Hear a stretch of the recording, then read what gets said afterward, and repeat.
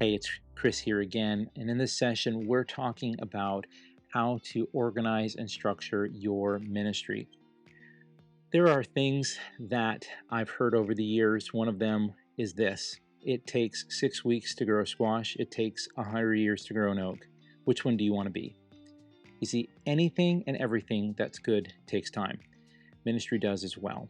Building your volunteer ministry, developing the relationships, building the documentation, infrastructure, building plans, these all take time. So, on the onset, the thing I would tell you is as you start to structure your ministry and start planning it, I would be patient with yourself. Absolutely be patient because it takes years.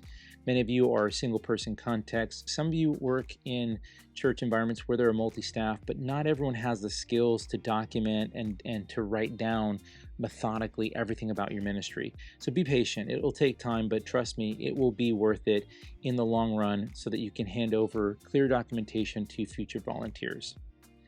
Number two, not only be patient, but I would say be prescriptive. Whether you say it or not, you have a particular vision for how things work.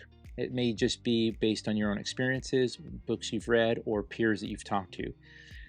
This is the hard part. Write it all down.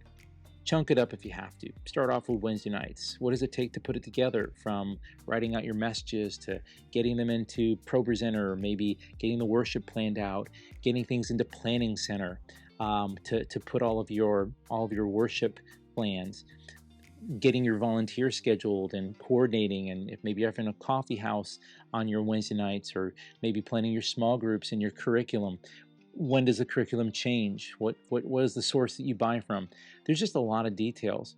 I found that in my ministry that the hardest thing was I inherited a ministry that had been in existence for 80 years, with tremendous leaders behind me, but not much documentation. And I had to relearn a lot of my church history.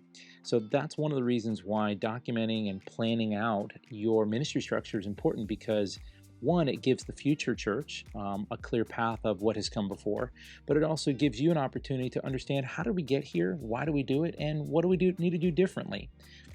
The third thing is this: I would say definitely have plans, write things out, document them, and do it in software or services that are widely accessible to anybody. Don't just put in a Word document on your desktop that no one can get to.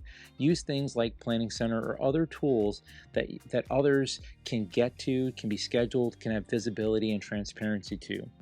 I think it's so important that as you're starting to build out your volunteer base and plan it, to involve people in this process. There is never a better time to get volunteers involved with what you do at this point.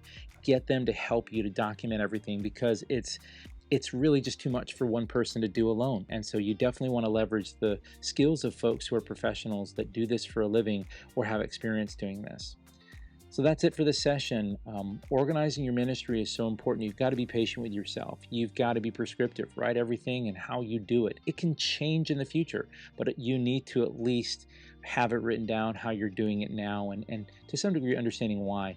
And then ultimately, as you're doing this, you need to be prepared in planning every single year and quarter and week, and you really want to be thinking ahead. I'll talk a little bit more about that in the next session. But for now, that's it for this one. We'll see you in the next video.